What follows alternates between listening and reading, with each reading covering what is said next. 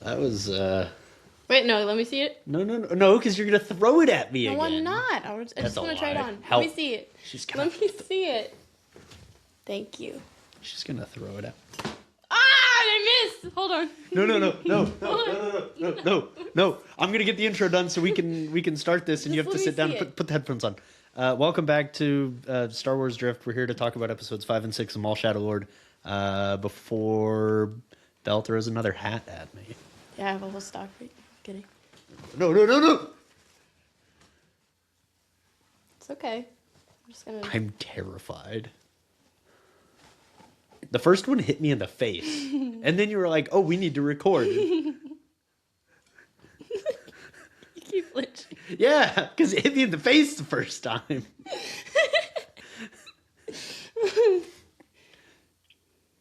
This is in my way. It's like if I go.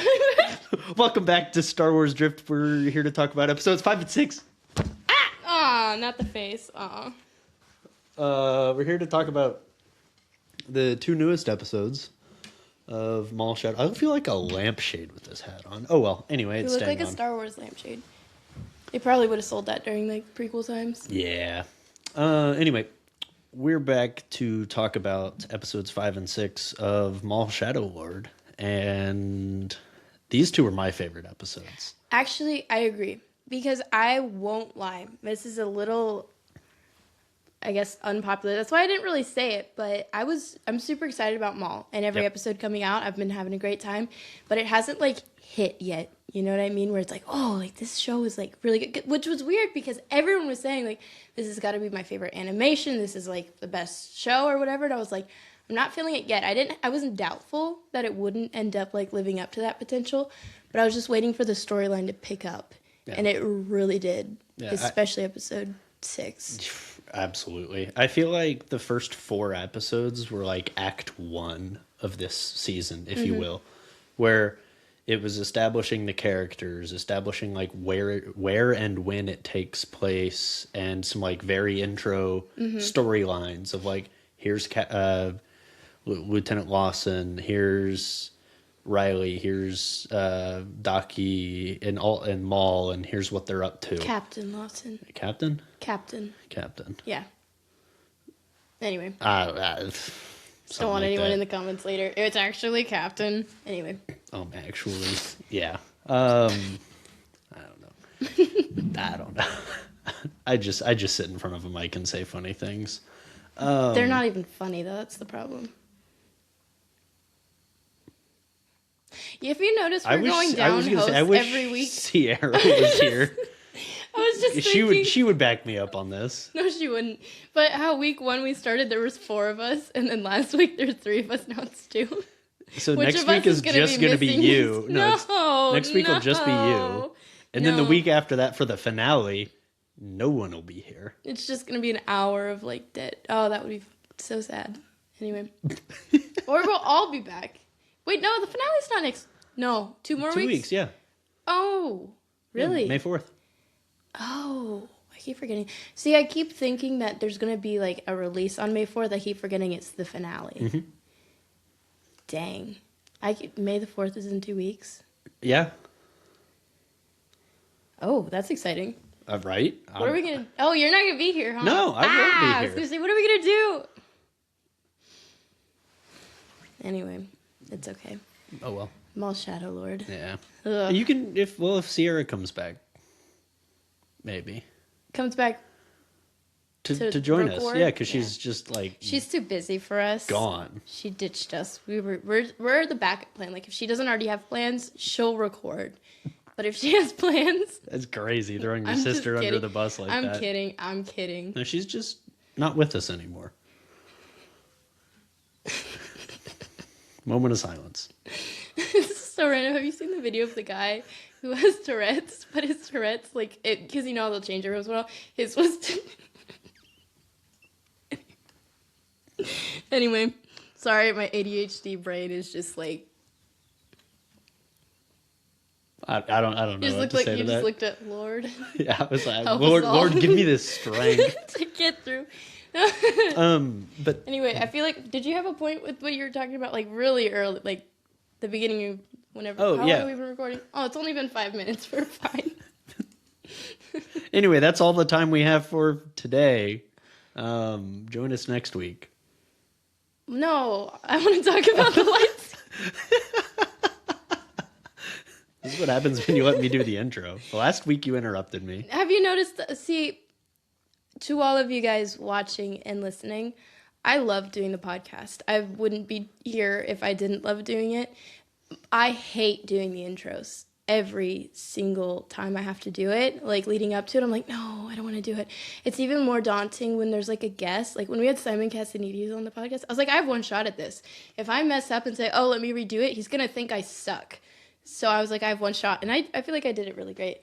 But I also had memorized the intro. I had it memorized. I could probably recite it right now, but I'm not going to. So anyway, every week before we do this, I'm like, hey, Sierra, you want to do the intro? She's like, no. So now I started having Riley do it, but he's apparently... Actually, I think you're really good at it. I'm the problem. Because you'll be doing your spiel, and then I'll just be like, squirrel. But anyway, whenever I do the intros, we always get them done, at least. Yeah. And then get decently into the, I just have a more episode. casual style of doing it because it's... Yeah, it's fine. It doesn't help is that what I'm it is. throwing a hat at your face. Yeah. Right before... Oh, I wish I was recording. I nailed him, like, right square between the eyes. Yeah. It was so funny. And then I recorded right after. Yeah, it was pretty funny. Mm-hmm. But no, my original point, like forever ago, was that the first 4.5 episodes were like Act 1. Yes. If you break the season up into like a 3-act like play, if you will. But episodes 5 and 6, it was like once it picked up, it's been go, go, go. Like all of episode 6 was just full speed the entire time. And I loved it. My jaw was on the floor. I was like getting chills and I was like, this is insane. Not to jump ahead because I do want to talk about episode 5 first. Okay. But the scene at the beginning of episode 6 with the lightsaber coming through the door, Oh my I was like, oh boy. See, that's what I love, is lately, you know, everyone, especially after Andor, you know, that was a slow burn. To me, I wouldn't want it any other way. I just finished Andor season 2. Like, actually, it's been a few days. But, oh, it was so good. But what I love the most about it is I love, like, a slow burn and, like, a slow build-up. Instead of, like, right out the gate, you're getting action. Because it builds tension and suspense and excitement. And every week you're watching something like, oh, I want this to happen so bad, but we didn't get it. And so you're waiting and you're, like, on the edge of your seat. And then you finally have, like, the payoff finally comes, and it's just, like, that much more, like, oh, my gosh, like, that was so cool. And Maul's doing that really well. Like, the pacing of this show, I don't have any complaints with. I don't because even the beginning, like, the first 4 episodes weren't slow. And you could clearly see they're building up the story. They're introducing characters, showing you where they're at. It's all heading towards this direction. And now things are just, like, rolling, and it's like, so now when Marak shows up in the episodes, it's like, oh my gosh, like finally we're here and moving forward, and like the chase, it's just it feels so exciting to watch, instead of like, let's say episode 2 we got this, you're just like, wow, that's so cool, but the build up is so much like bigger, because they're like, no, we don't want the Empire here, but now the Empire's finally here. Especially for being only a 10 episode season. Yeah. Like it feels like the pacing, even in the individual episodes, to me feels really good. But so far, like across 6 episodes now, it feels really good. Because we will probably have another 1 to 2 episodes of it being pretty high speed. How did I just realize you're wearing my hat still? I zoned out. Of course I'm wearing that. I like completely Because if I give it back past to you, you're going to throw it at me Let me again. see it. No. Anyway, I'm used to you just putting random stuff, I guess, on your head, so I just did not pay any attention. When have I done that? You or your hats, you'll do things like Hats, this. Or, hats are meant or to you be wear on your your head. No, I mean in a weird way. Or the headphones, you know how you wear them crooked or something? I just get used to it. Anyway, keep talking. I forgot the point I was making. Sorry. Oh boy, oh boy. Hold on. We were talking about the payoff and suspense. And... Yeah, the pacing between like the first 6 episodes feels really good. We'll probably have another 1 to 2. I'm guessing super high speed. Maybe not like a full episode of a chase scene, but I expect some fairly action packed. Maybe they're still just dodging the Empire at this point, where it's like cat and mouse a little bit. And then obviously episode 9 and 10, I think, will be like the finale. They're the last 2 episodes of the season. Something big. I don't know. We can get into predictions and whatnot later. But what do you think about episode 5 of Maul?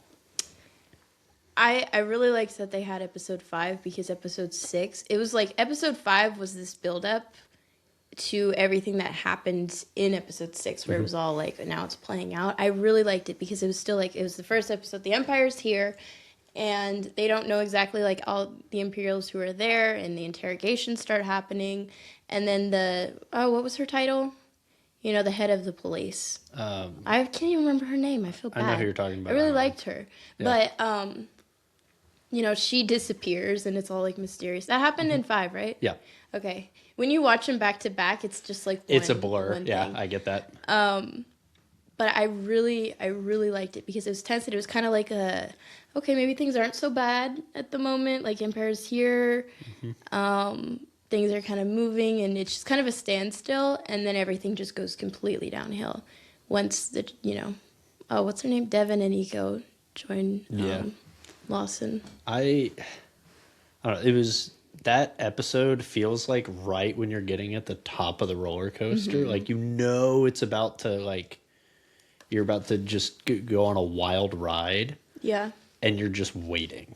Yeah, see, that's what I like about it, too, because that's Lawson's perspective on the whole thing. He's like, realizing I messed up when I let the Jedi go. Yeah. But at this point, he's like, I can still, I think, get around it. Like, they don't have to know that part. And I think I can come off innocent and just be like, oh, I'm sorry, we didn't know what we were dealing with.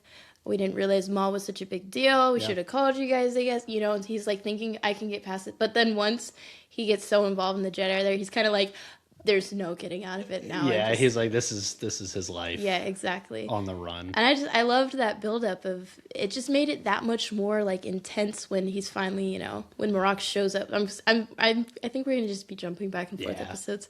But when Marok shows up at the door, oh my gosh, it's so cool. And I like how he's not even like, that we've seen. He probably will more so in the upcoming episodes or something, like be mad again at Eco or something, like why did you come in the first place?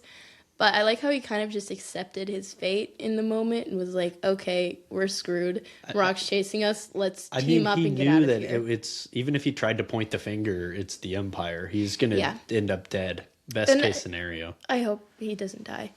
But I like, too, how he's not in the moment. Like, he's smart, because he's not like, I'm so pissed off at these Jedi for showing up. But, like, he's like, they're going to protect us from this guy. Like, we have to stick with them. And, like, sending Riley with Devin and, like, things like that. To be, like, it's, he knows the Jedi. He's not. It's a base level of trust he has with them. Yeah, because the Jedi have such a huge reputation. And so he knows he's not like, we don't need you. We're gonna get out of here on our own. He's like, you are our best option, basically. I really liked that. I will really, really like Lawson as a character so far. The only thing that I would say I disliked about episode 5 was the fact that Docky and Devin showed up at Lawson's place.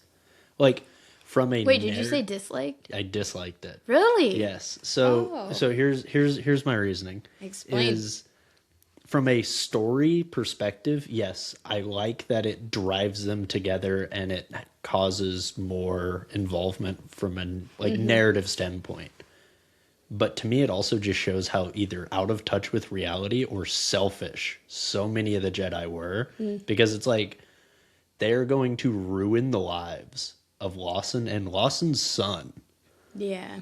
Because they couldn't continue hiding from the Empire? I don't know. Find another alleyway. Find another sewer. Figure it out. See, that's what Why I are thought you was interesting is dragging why they other didn't just go people? down to the sewers, because I doubt the stormtroopers are jumping down there Yeah. looking for. I mean, it makes sense narratively, and I don't hate the story point that was made out of it because I like that it drove them together. But, like, if you want to try to apply a little bit of realism to a fantasy Star Wars universe, I disliked it because it was like, to me, it's selfish. It's like, you were ruining these people's lives just by showing up. Like, they're done. Which in that case, I feel like if it was just Eco on his own, he wouldn't have. Yeah. But I think because he has Devin, it's kind of like his version of like him having a kid to look out for, and is like, hey, I'm sorry you're in danger now, but I'm doing everything I can to protect her. Which is, I see where that's coming from. But honestly, Marak showed up in like 10 minutes. Yeah. So you I mean, probably you would have knew- been better off in the sewer. Yeah. I mean, they had to have been tracking Lawson too. Like they knew somebody probably snitched and said that he had contact with a Jedi or something like that. Yeah, well, I mean, I'm sure, okay, because we don't know much about Marak as a character because he showed up in Ahsoka and he died, didn't he? He was the one who I don't deflated, remember. right? Yeah, I think Yeah. so. Yeah. Yeah. Oh, man, that's even worse. I kind of like him. He's cool. I kind of cool like looking. him. And that's another thing is in Ahsoka, he was just like another Inquisitor. In this one, he was like a little bit like, he was kind of scary. Like, especially the interrogation. Like when he first shows up on screen behind Lawson, I was like, oh, like, okay. Yeah. I got some chills. I was like, that got me excited. It was a little creepy, which makes me think, I have a question, actually. I'm going to forget it, but Oh, boy. I'll try to mentally remember, because I don't want to derail us again right now. But in Ahsoka, he was just kind of there, you know? He didn't have a big thing, but now he's like more of a main character. I'm kind of sad now that he dies. But, where was I going with this I point? don't know. You said you had a question. We can just segue. No, I can't. It was like a good point. It'll come up again, I'm sure. Marak is cool. Yeah, he's really cool. And I really like him as a character. What was my point? Oh, yes, okay. This would have come up later, I would have remembered.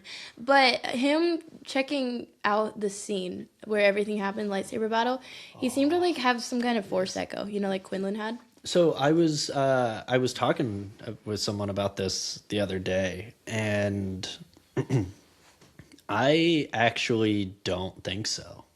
How come? So I think it's not necessarily a force echo or whatever, because it's Quinlan Voss and Ahsoka. Ahsoka, and then I think, does Cal have that as well? I don't Yes. know. Okay.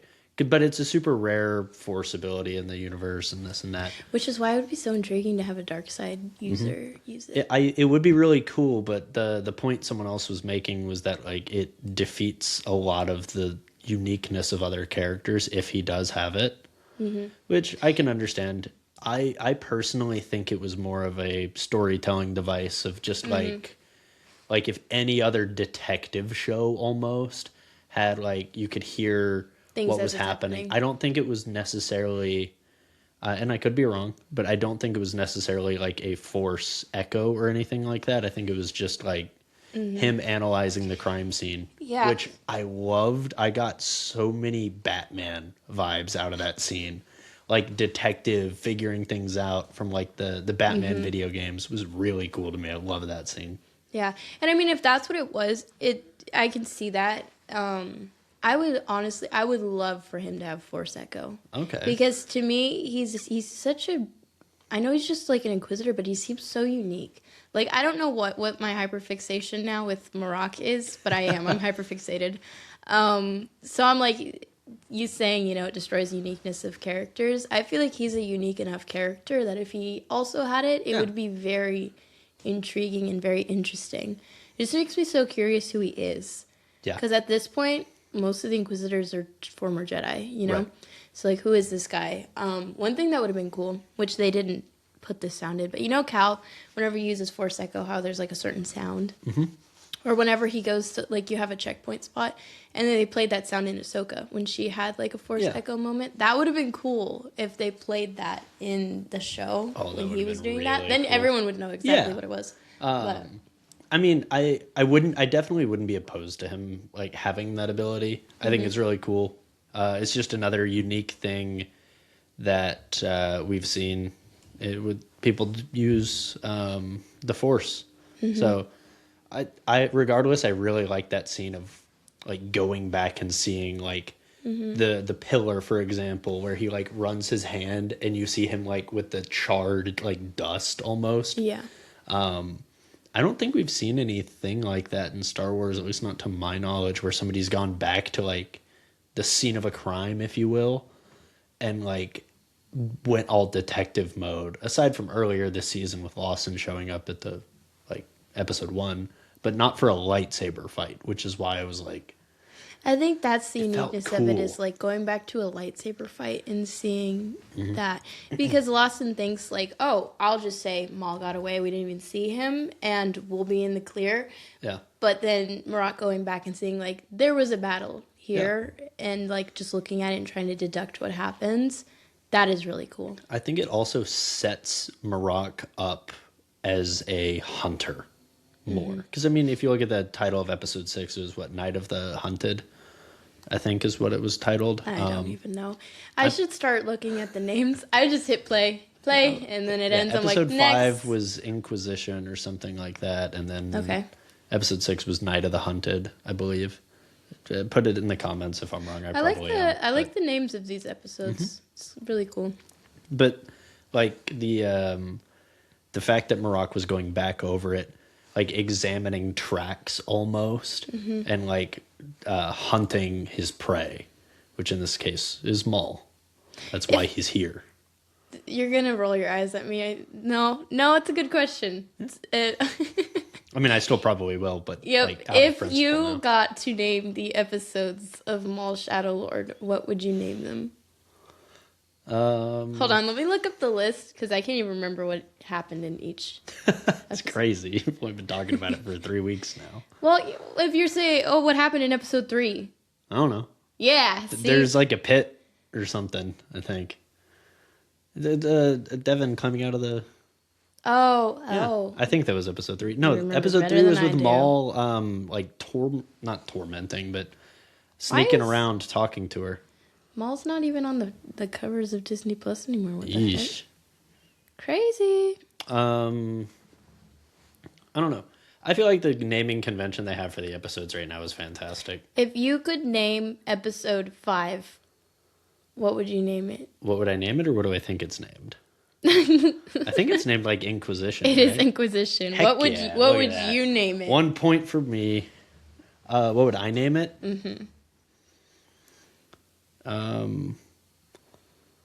I would probably name it like the Hunter.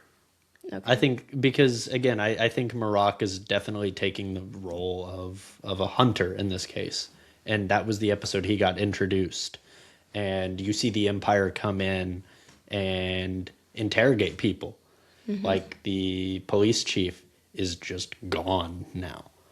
Desk is empty. Nobody knows what's going on. I kind of want to make some speculations on that later, but like the Empire just comes in and they start IDing people, like the train stations and whatnot. So I feel like it's setting up a like trapping their prey. You said the Hunter is what you did? Yeah, the I Hunter would is what name it call it. Leave Lawson Alone. Mind your business. That's what it would be. Stay in your own lane. Marok is hot. I'm kidding. Not really. Crazy. You're definitely not the only one who thinks that. I know. I think I'd that's be where willing my- to put a good amount of money on that. Ladies, please reach out. I need to know I'm not the only one. What about episode 6? What would you name that one? I still think the name for it is perfect. Like Night of the Hunted. Yeah. That is really cool. I would because the call whole it. scene. No, I'm kidding. I'm not gonna say that one. I Never wanna hear mind. it. Never mind. No. No, you share with the class. I'll tell you later. No, Night of the Hunted is perfect because it was just a 20-minute long chase scene that I didn't I think so feel too. got stale or boring at all. That's the thing. It was such a build up. We're all been waiting the past couple weeks for this to happen. Yeah. We didn't know what was going to happen, but to see them all like teaming up and everything, and then Maul getting, oh my gosh, the Star Wars we've been waiting for. Oh, thank you, Lord. Yeah, it's fantastic. I love it.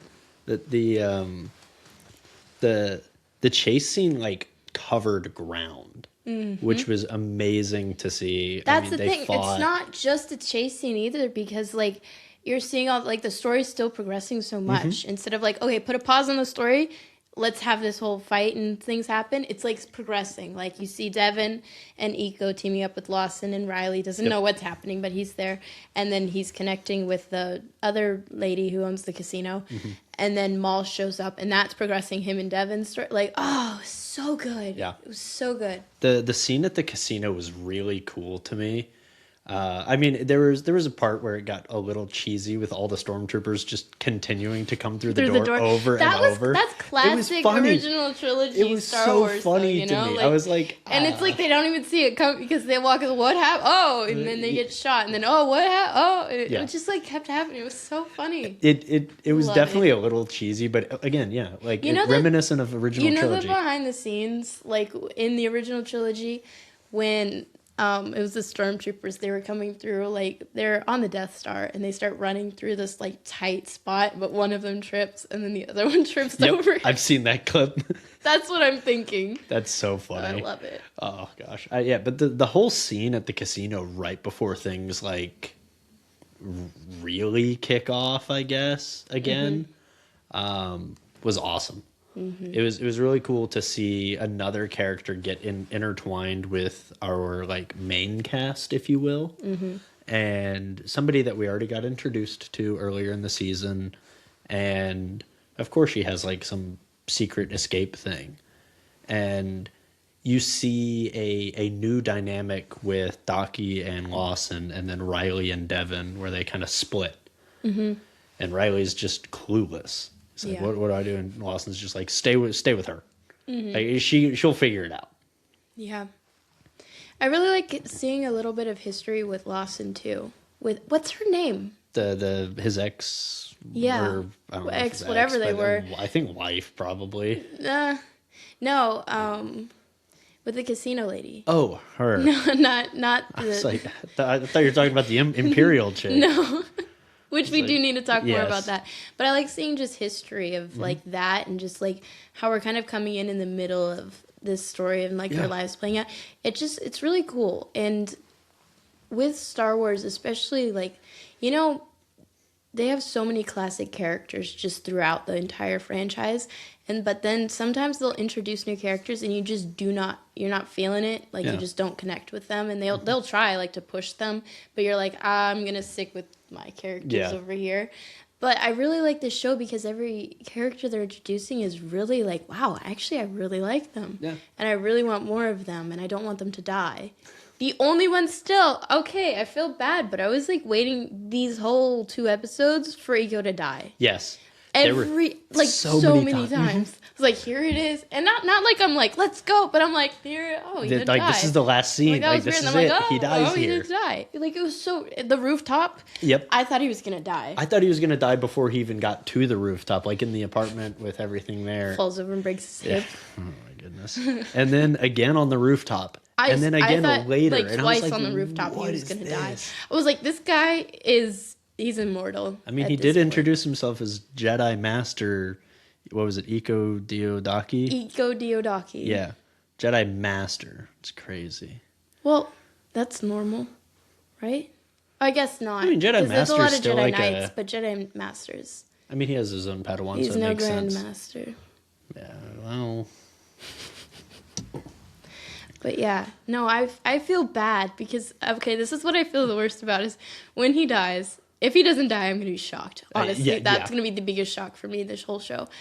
But when he dies, it's going to be more like, oh, finally, kind of a moment, which I feel bad. It's about time. But it's like, I feel, like, obviously none of the characters in the show want him to die as it's going on, but it's me as a viewer, I'm like, oh, there he goes, finally. That's nuts. It's sad, but... Yeah. There were so do many feel times bad I about thought it. he was gonna die too. Like So many times. I was like, oh, this is it. What was the last scene he was in? Like, it was like, I can't remember. I just thought he was going to die. Yeah. Several times. I rewatched episode 5, but I haven't finished a rewatch of episode 6, so it's not as... Staying alive. That's his like anthem for his whole life. Anytime he's on screen. Yeah, I mean, he does talk about surviving constantly. Oh my goodness.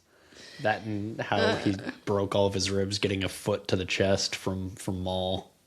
He did? The previous episodes. When he got kicked after the Maul and Daki and Devin fight. Really? He got kicked, and then he was like really hurt. Which makes sense. I mean, Maul has like robot legs. I blocked that from my memory. Although I've learned this, you're gonna roll your eyes at this. Probably. Is when I'm watching Maul, I cannot go on my phone because you know how I am. I zone out. If my phone is in my hand and I'm looking at it, nothing else exists. I just like zone in, like hyperfixate on it. And I've learned when I watch new shows, or even if I'm not, like I'll just be in my own little world sometimes when I'm watching things, or a scene will happen and it'll make me think, oh wait, that reminds me of this legend, this happened. And I'll zone out and I'll come to and I'm like, oh, I missed like something. It probably wasn't important. Apparently it was because his ribs got kicked in. But that happens constantly. Like, I need to literally, like, strap myself down and watch the episodes with no distractions. Keep your phone out of arm's reach. No, it's not even my phone. Like, I will literally, like, just like, oh, wait, I want to talk about that on the podcast. How would I word that if I said it? Like, what's a good way to explain that? And then I'll realize, like, I missed something. And so then we'll come to the podcast and everyone will be talking about something that happened. Like, man, that scene, that line. And I'm like... Who said that? Like, I just do not remember. It's a lot. It's a problem. That's why I need to rewatch these episodes like 3 times before. I feel that. One of the other things I did want to talk about, especially for episode 6, was all the lightsaber fights. Mm-hmm. We got so many lightsaber fights, which I love. And even Maul like training with the lightsaber beforehand. Mm-hmm. I saw someone comment. On a video that was posted of that, and somebody said it felt very Starkiller-esque, which I mean makes sense. And did you see one of the poses he did was just straight up Starkiller? Yep. Yeah. They were like, it's very Starkiller-esque, draws a lot of parallels, and I'm like, I love that because it doesn't necessarily take away from Maul as a character any, but it pays homage to A, the character of Starkiller, but also B, Sam Witwer. Yeah. And it's super cool. I was like, that's awesome. It's just a little detail. Easter egg. Like it's like, hey, that's a cool thing that adds to the show. Yeah, I totally love it. I feel like we as a Star Wars fan base have been deprived of lightsabers for too long. I mean, with Andor being literally none. Yeah, which don't get like I love that. I loved Andor. Yeah.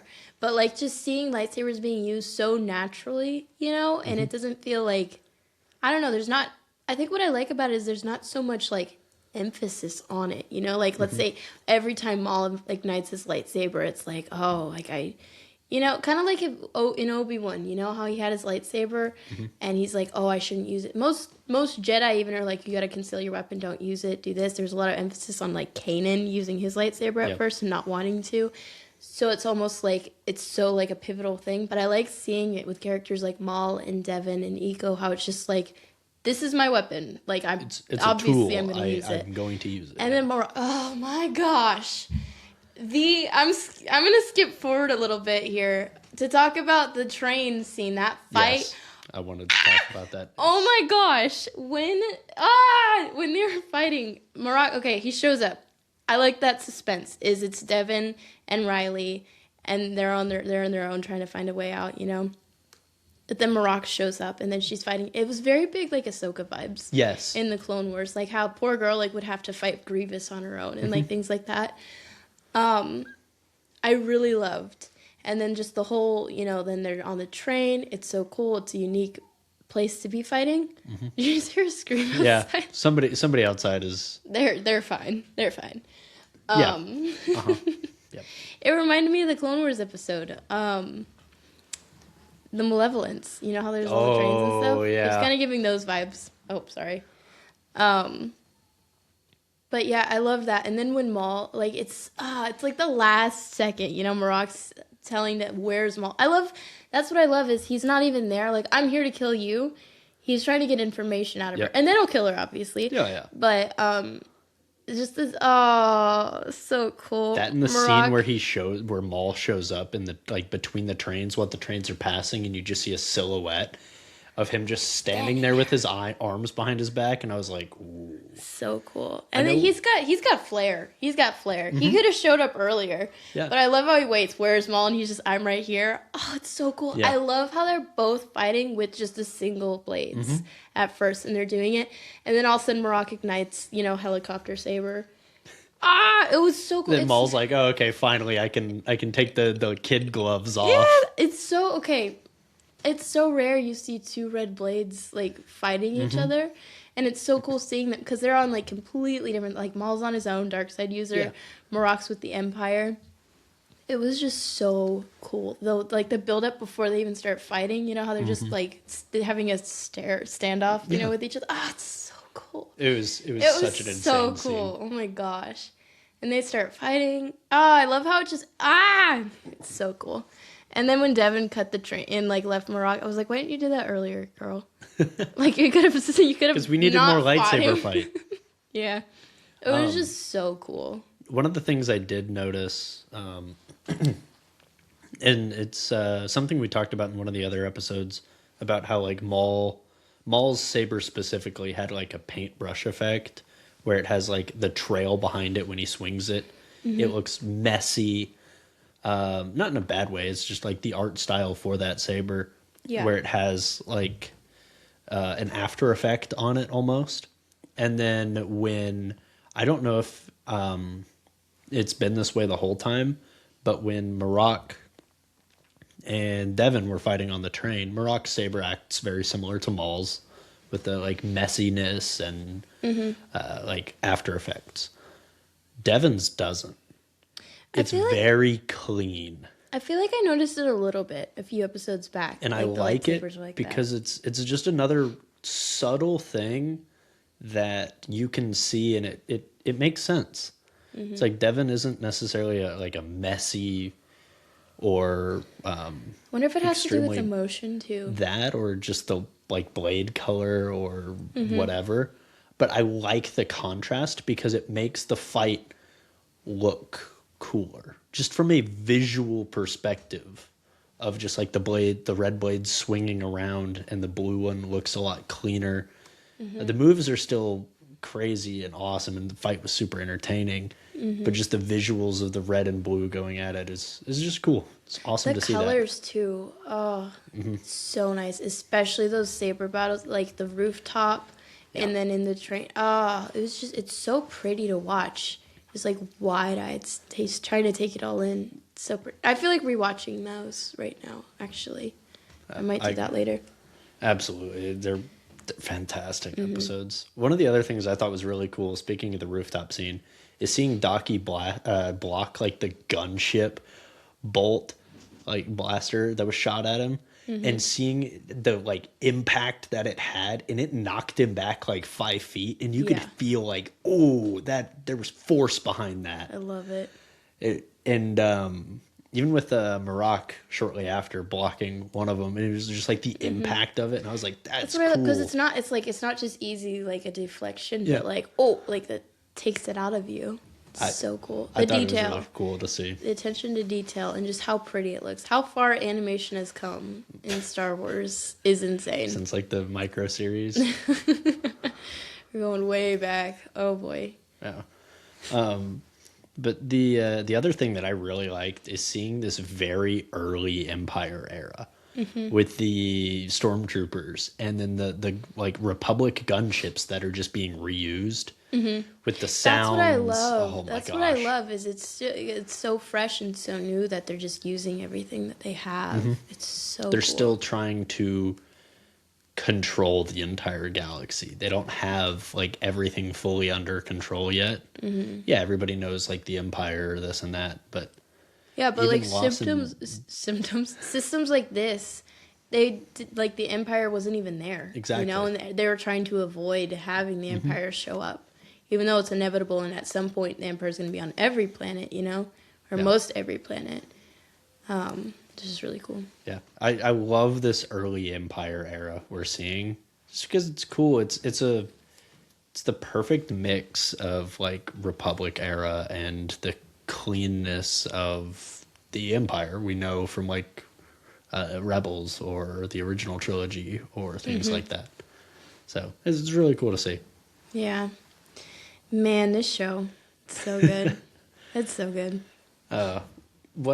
So at the very end of episode 6, we see Marok talking to somebody, and he addresses them as my lord. That's actually a listener note. Let me. Yeah, if you want to pull up the listener notes. Who do you think was the hologram of? So, it's Vader. Really? Yeah, it has to be. I was going to say, in my mind, it's only one of two people, either Vader or Palpatine. Mm-hmm. It's Vader. And here's why. Is because what was it even called, that Tales one? It wasn't Tales of the Sith, was it? Tales of the Empire? Tales of the Empire, there we go. I was like, no. Tales of the Empire. You know how Barriss joins the Inquisitorius program, goes to Fortress Inquisitorius, and at the very end of the first or second episode, no, the first one, how it ends with Vader, you know, showing up and like sitting down on the throne and stuff and being like the head over the Inquisitorius program and things like that. And in comics, he was as well. Like they would report to Vader himself, and if there was a problem with any of the Inquisitors, he was the one who took care of it or would take them out. Yeah. And so there's so many stories about Vader being the one overseeing that. So if it wasn't Vader, it would be stupid, honestly, to like fair. Change that up. I wouldn't say stupid, but like who else would it be? Why would you add a new character when this is Vader's role and it has been for so long, even back in comics? I think having it be Vader is a great move. And leaving it on a cliffhanger, of course, because why not? Just that's how shows are. He would run missions with Inquisitors too. So my follow-up question then is, do you want to see Vader in season 1?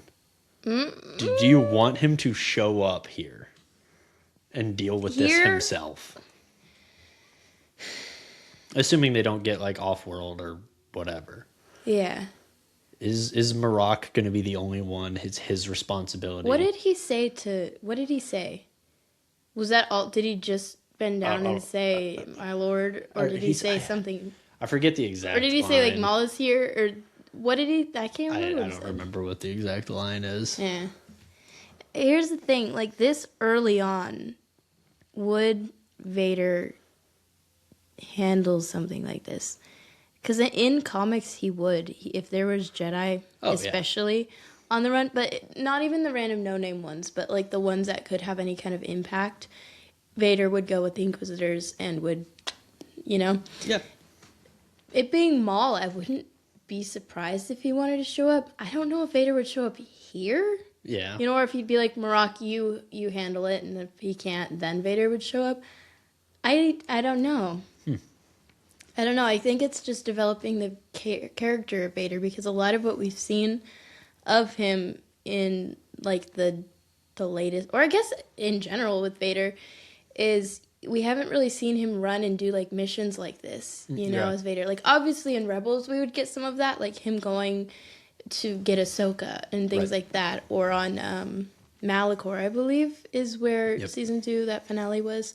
That's when Vader would show up, but it was always like these big moments like that. Or in like Rogue One, you know, he doesn't leave his castle except for the very end, you know, when it's a big deal, like, oh, they can't have the Death Star, plans to destroy it, so let me show up then. Yeah. But we don't see him running very many like random side quests, you know, like you do in like comics and things, you know. So I would love to see him show up, like, I'm going to come and hunt down Maul. Really? Like, that would be cool. You'd have to be so careful with it because it's Vader. Have to. Yeah. It's Vader. You can't ruin Vader because he's so iconic, and his presence has to be felt the second he's seen on screen. Harkening back to like Rogue One with the like Tantive hallway scene with him just being there, the silhouette, the lightsaber igniting, things like that.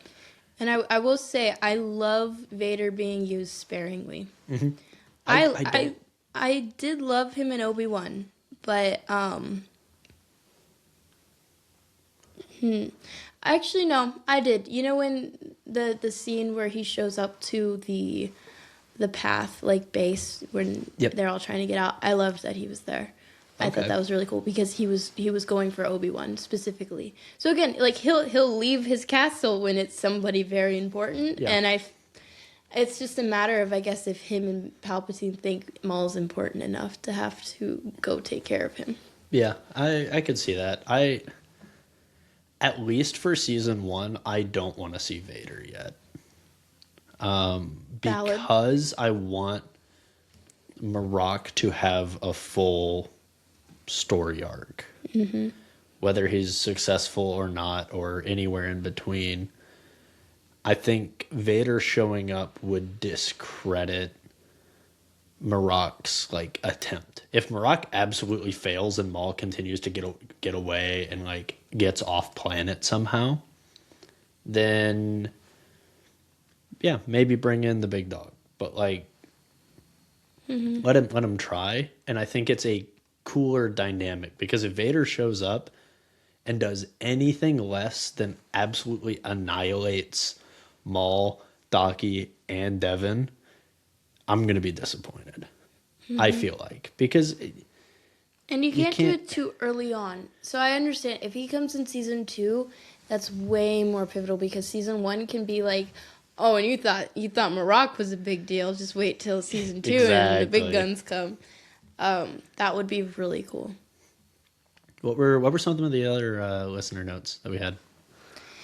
Let us see. There's 2 about Maul's. Hold on, I'm gonna delete these as I go because I will skip notes on accident. Maul's Zen training thing. Oh yeah, we mentioned Maul's Zen training thing was so clean for real. Who wrote this?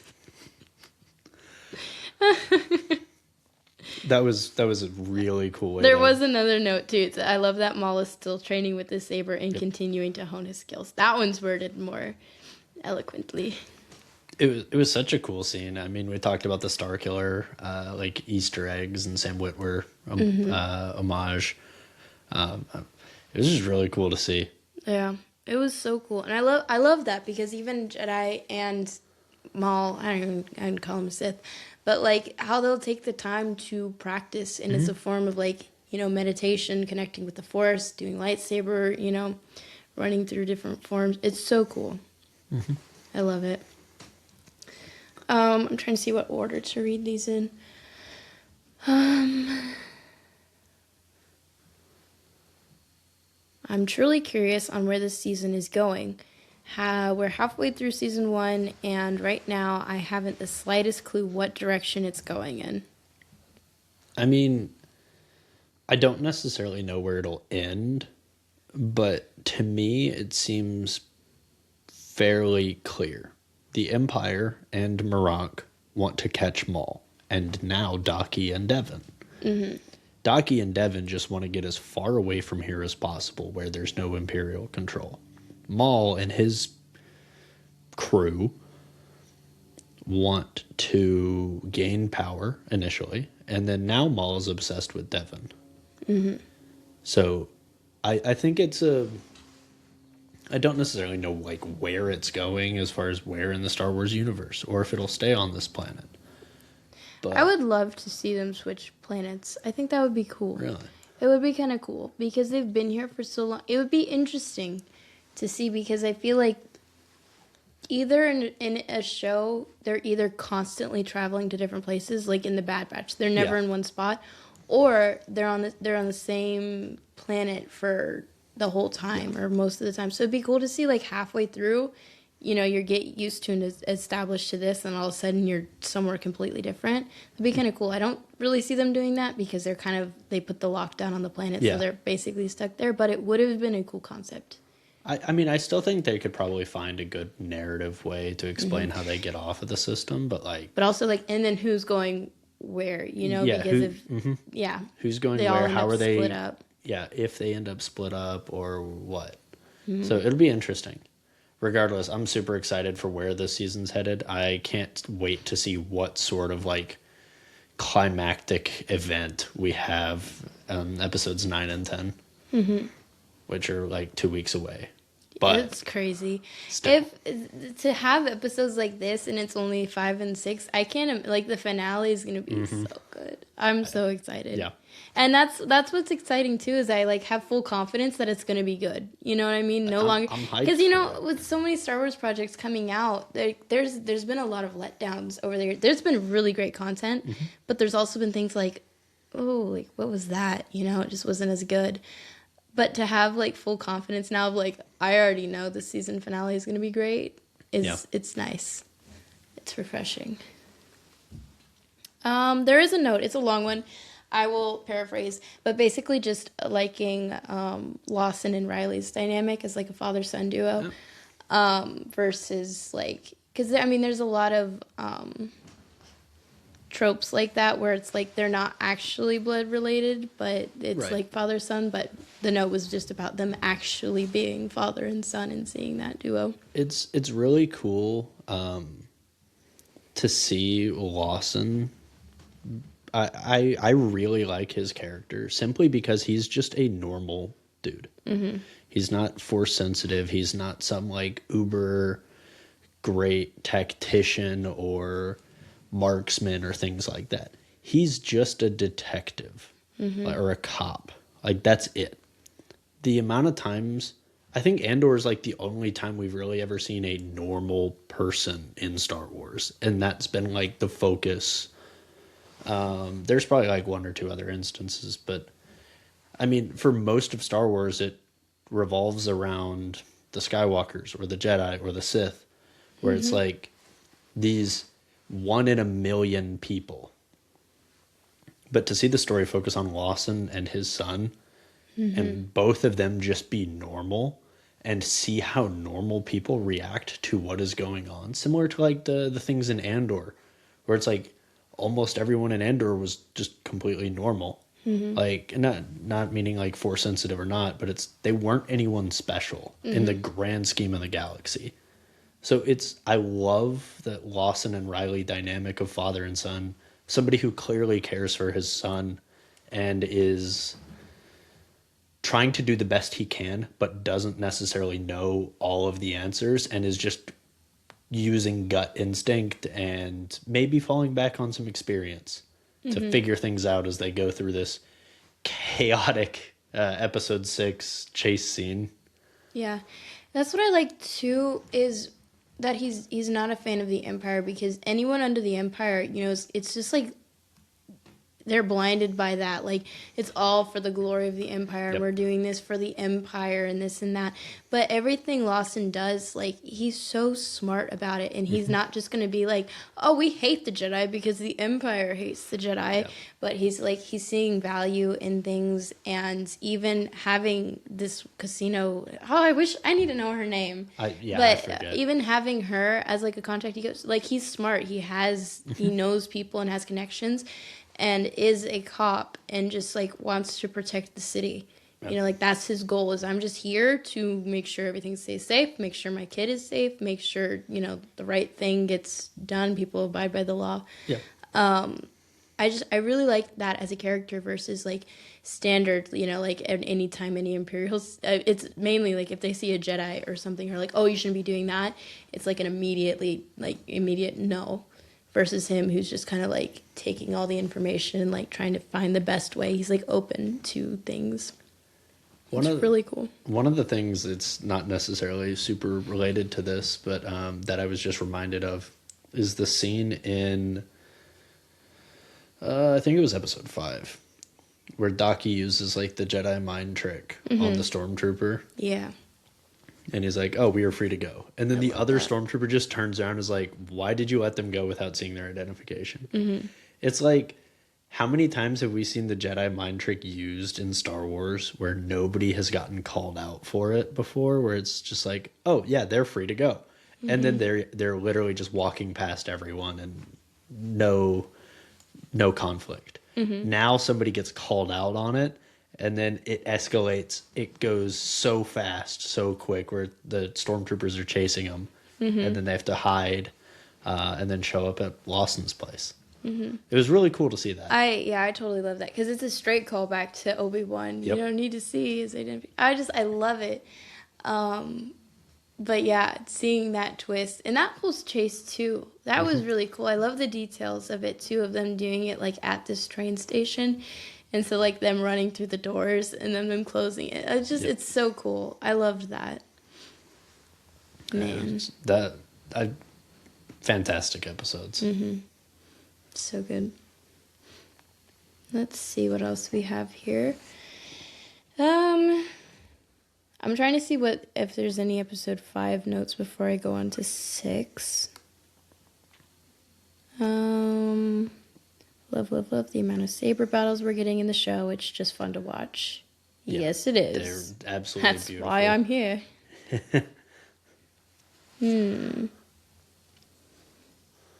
Okay. This one is interesting. I talked to you about this one right before we started recording, but I will read it. And then we can talk more about it. It's this hot take.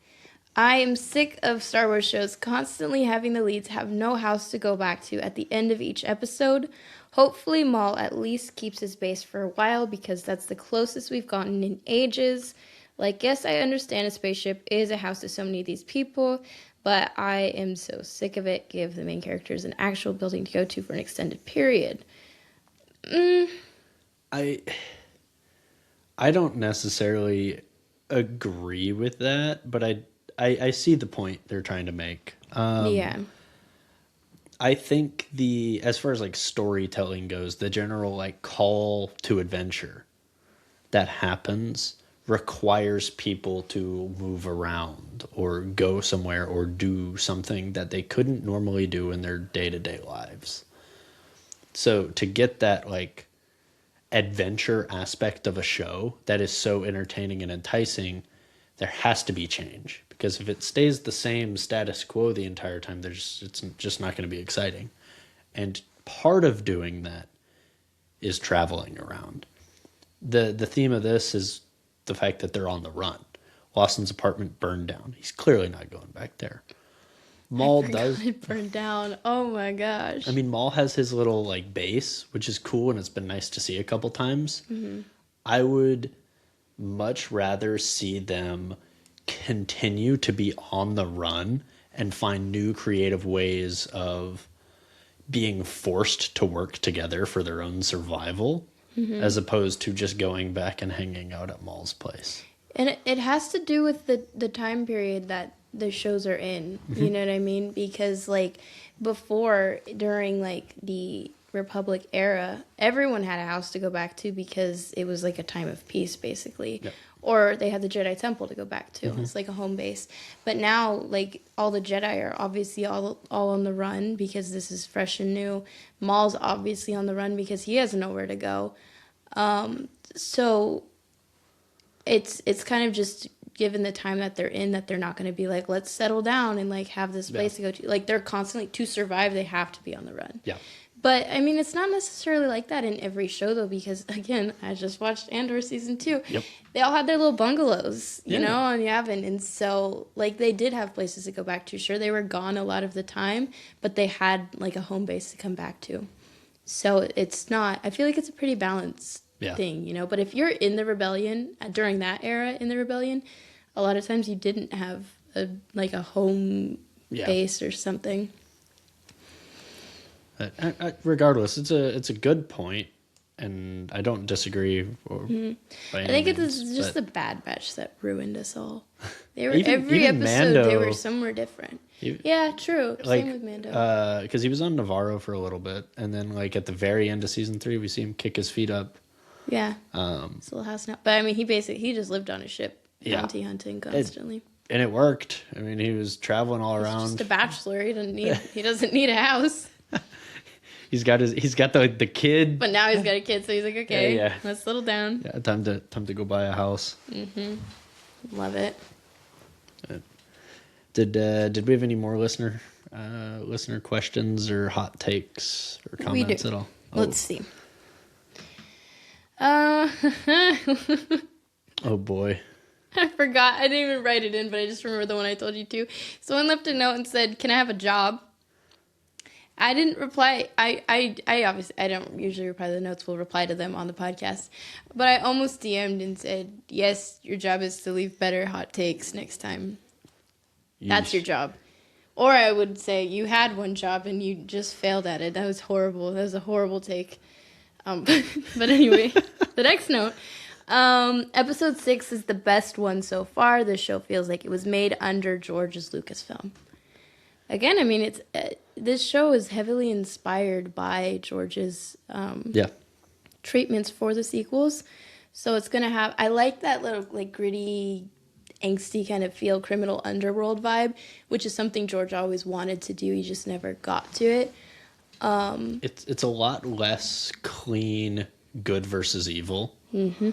It's a lot of gray area, which makes for fantastic discussion and conversation and theories because there's still so much unknown. And it's like, oh, okay, well, who is the bad guy in this case? Yeah. Or who is, like... And I like how Devin's starting to see that and realize it's not black and white. Because the one conversation where she said, like, she was talking to Maul, she's talking to Iko about how she was talking with Maul and, you know, oh, he said this and blah, blah. And Iko's immediately like, nope, don't let him poison your mind.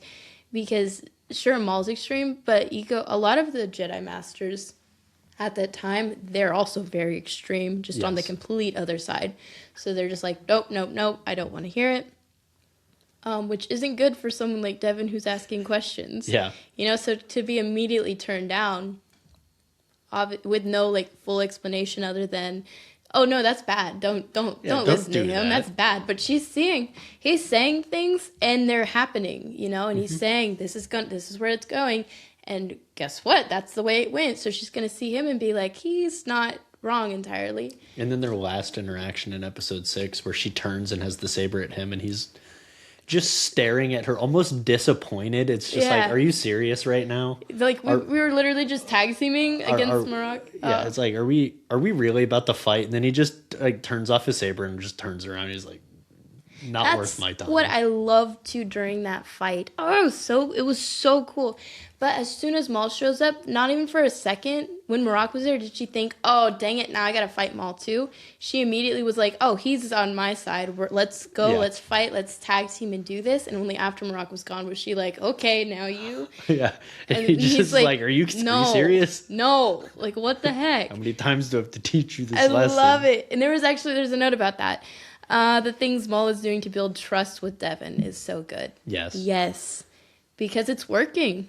She is. And that's the thing, is she's so young and very impressionable at this point. She already but already disagreed with Daki. One of the first scenes we see their characters in. Before we know any names in the show, just like episode 1 of like, she's like, we have to survive. And he's like, we will rely on the generosity of other people. And she's like, are you kidding me? Yeah. Absolutely. Like, let's take matters into our own hands instead. So there's already a little bit of pushback between her and Daki. And I think that divide is just going to keep growing as we see Devin interact with Maul more. Yeah. The animation, again, is so good because even there's scenes where she's not saying anything, but you can see her face is saying it all. I'm like, who the frick animated this? Like, it looks so good. And you're getting so much as her realizing, it's coming to a realization now, like, either I can stay with my master and be on the run for the rest of my life, surviving, or you can kind of make a change. And I think, like, this is probably one of her first, like, interaction with the Empire, to this extent, you know, obviously now they've got an Inquisitor involved. But I'm curious where she's going to go. If, like, I want to do something, I want to fight back and against this and try to, like, hey, like, you know, the Empire, like, we need to do something about the Empire and, like, make a change.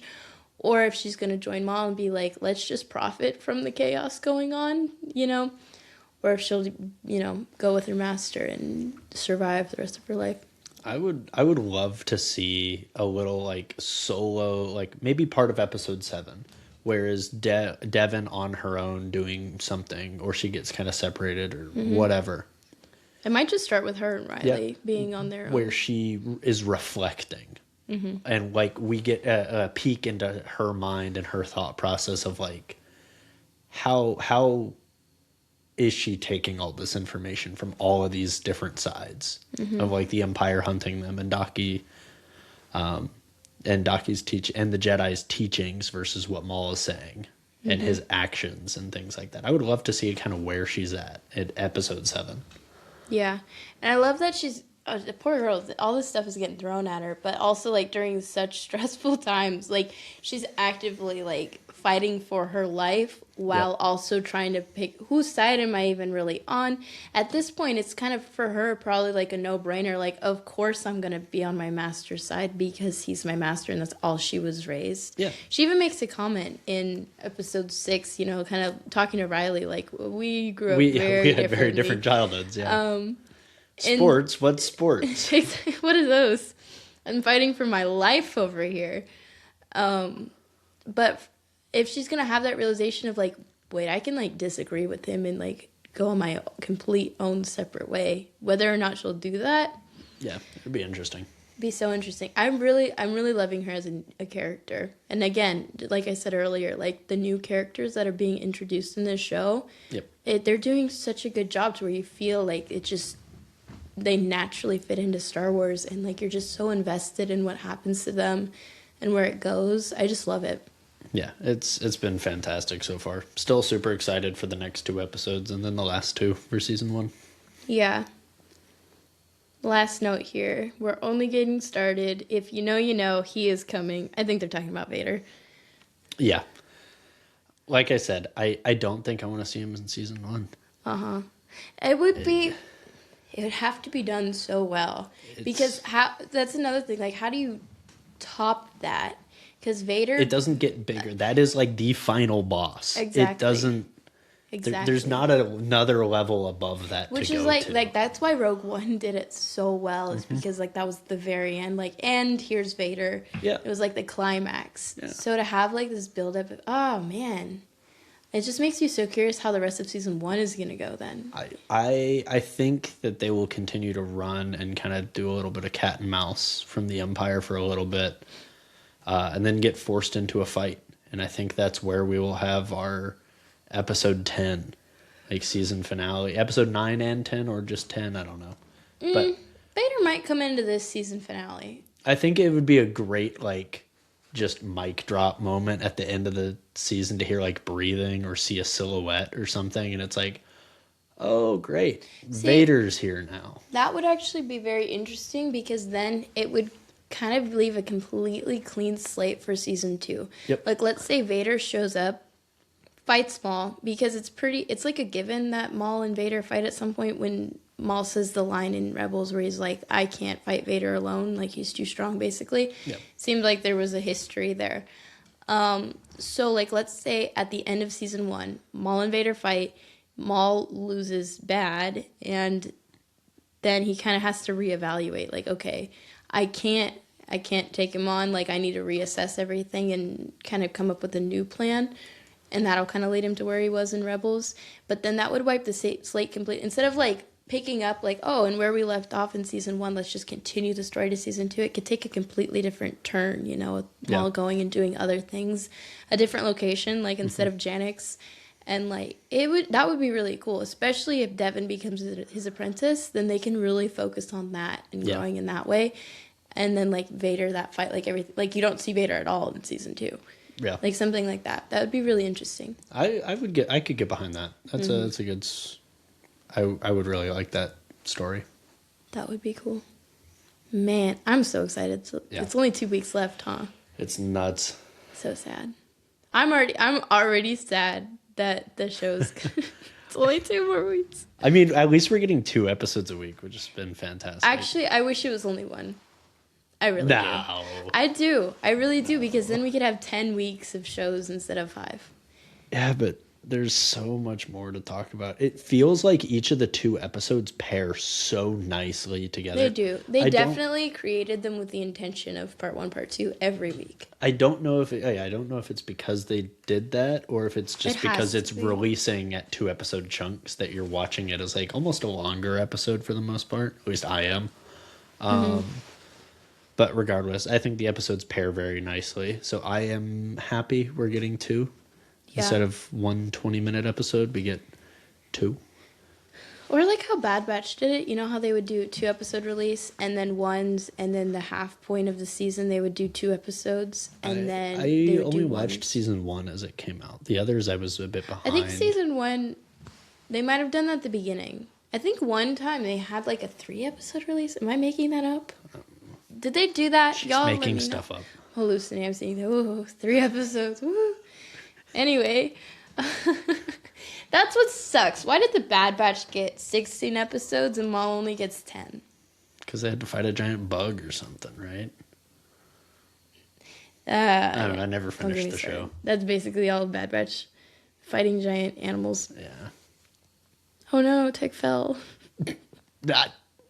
I don't know. That's still a touchy subject. Wait, didn't you just say you watched season 1? Yeah. He didn't die till season 2, right? I saw part of season 2. I saw season 1 as it was coming out, and then I was behind on season 2. You don't deserve to mourn Tech's death. You barely knew him. What do you mean I barely knew him? Barely knew him. If you'd have seen season 2. I did. You just said you saw season 1, didn't you? I saw season 1 as it was coming out. Yes. And then I saw season 2 a bit after it came out. Because I wasn't like catching up. I thought you said you didn't watch season 2. I had to catch up with it. I didn't watch season 3. Did you? I don't think so. Honestly, you weren't missing much. I don't remember what the last thing I saw in that show was. Because it all just kind of blended Season 1, I think, was probably my favorite because it was following so closely after Order 66, and you were seeing in real time the changes of like the clone troopers being phased out, and then they did that across. They did that in season 2 and 3 as well. But I really loved seeing it so fresh in season 1 and seeing like a first person perspective of that happening coming from the Bad Batch. So cool. Yeah, it was cool. But anyway, I think that was all my thoughts that I had. That was all the notes. Else. Again, as always, if you want to submit listener notes every week, actually, I've been doing it some random time on Monday. There will be a note on our stories. It's at starwars.drift on Instagram. We will put out a box for every episode that comes out where you can leave your thoughts, questions, hot takes, notes, whatever, for you to submit. We will read them on the podcast. Do not ask me if you can have a job. Please. You can ask me. I will forward those ones to Riley, because I have sarcastic comebacks for you waiting if you do that. But anyway, you can follow us at Star Wars Drift. We will be back next week. May the 4th coming up. Super exciting. Yep. Mandalorian and Grogu. Oh my gosh. I just realized we're going to have to but we're going to get to do like a podcast episode. Oh yeah. That'll be so fun. But anyway, until next week, I have spoken. So long, and thanks for all the fish.